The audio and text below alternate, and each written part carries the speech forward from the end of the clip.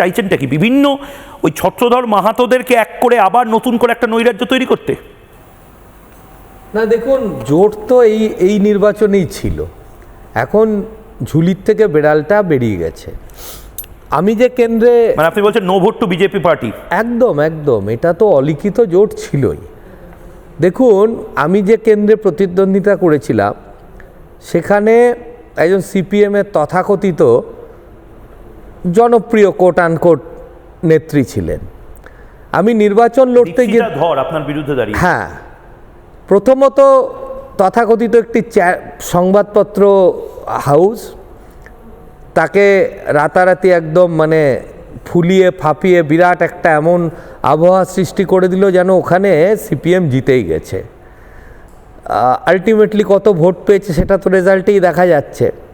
কিন্তু যে জন্যে আমি এই প্রসঙ্গটা আনলাম, আমি দেখেছিলাম তাদের মিছিলে যত লোক যাচ্ছিল তারা সমস্ত তৃণমূলের লোক। আমি একদম অন ক্যামেরা আজকে এখানে বসে বলছি। অর্থাৎ এরকম অনেক জায়গায় আপনি লক্ষ্য করে দেখবেন, স্পেশালি যেখানে মমতা ব্যানার্জির ঘনিষ্ঠ মন্ত্রীরা বা ওনার একদম ঘনিষ্ঠ সার্কেলে যারা ছিলেন সেই সমস্ত প্রার্থীদের যদি একটু ধরে ধরে বিশ্লেষণ করেন, সেখানে দেখবেন সিপিআইএম একজন করে স্ট্রং ক্যান্ডিডেট সেখানে দিয়েছিল যাতে ভোট কাটাকাটির খেলাতে কোনোভাবে তারা বেরিয়ে যেতে পারে। কিন্তু পশ্চিমবঙ্গের মানুষকে বোকা ভেবেছিলেন মমতা ব্যানার্জি, পশ্চিমবঙ্গের মানুষ ওনাকে বোকা বানিয়ে দিয়েছে। তো এটা কাজে লাগেনি কোথাও।